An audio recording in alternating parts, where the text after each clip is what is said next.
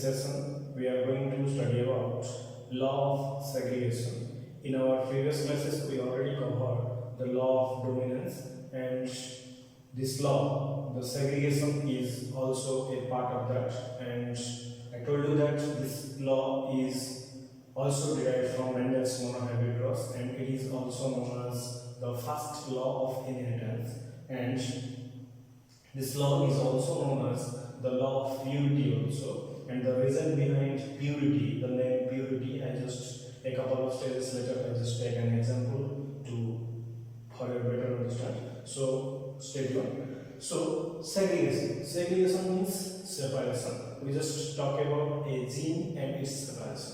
So segregation means separation. So this law, segregation, is also known as a law of purity and derived from the first law of inheritance. Nextly, it comes from Mendel's monohybrid cross. It is just same as your previous one. The previous one is also derived from Mendel's monohybrid cross. So this one is also derived from Mendel's monohybrid cross. So it is also known as your first law of inheritance. So it is also known as your first law of inheritance and purity.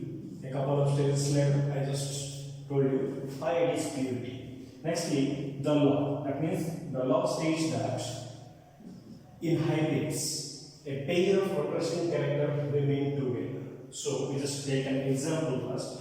If we take an example of a pair of homologous chromosomes, that means a pair of G, capital T, or you take an example of small t, or you may take an example of the intermediate, that means one capital T, one small t. So in monohybrid cross recently we found this gene also, this gene also, this gene also. So in all pairs we think that if we talk about this pair of genes, this pair of genes is originally known as your homozygous condition. That means in this case the pure plant is present. That means if we talk about this gene is your, this plant is your pure tall plant. And if we talk about this gene containing plant, that means the phenotypic condition is your pure dwarf.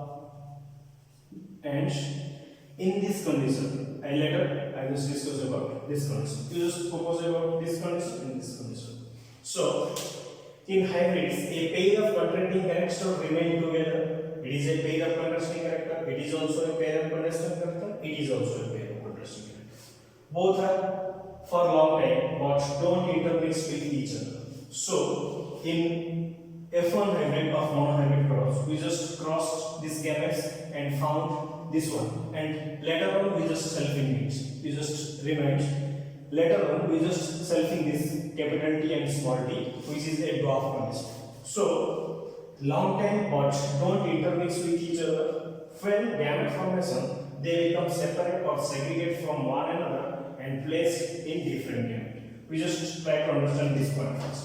So if we talk about this gene, this particular gene, if we talk about the capital T, that means you just plot the gametes first. This is one gamete for it, and this is also another gamete. If we talk about this is also one gamete, and this is also one gamete. And here also, this is a gamete, and this is also a gamete. So in every stages, if we talk about this gamete is pure for this gene or this allele also. Here also this particular gamete is pure for this allele, and here also this particular allele is pure for that allele or that gene also.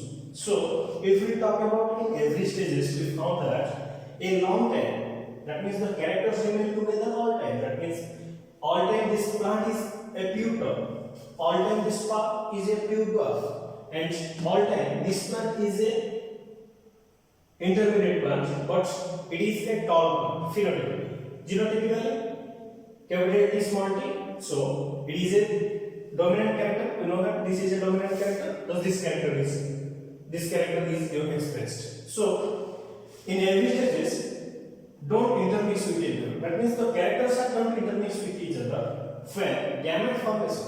So we just form a gametes, and when the gamete formation, they separate or segregate from one another. We just separate it when the gamete formation takes place.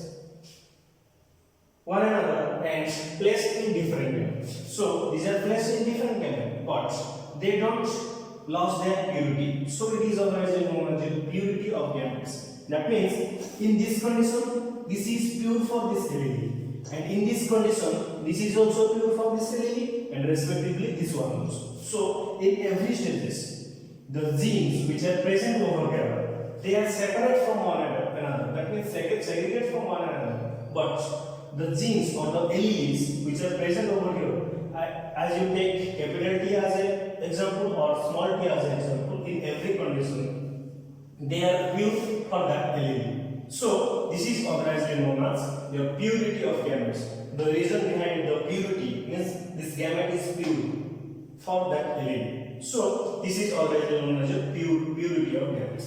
So this is the main gist of your law of segregation, which is otherwise known as your first law of inheritance, which is also derived from Mendel's monohybrid cross. So we just cover three laws or three principles one by one, which is related to your monohybrid cross. Most recently, we just covered your law of dominance, and this one is your law of segregation. Hope this session is helpful to you.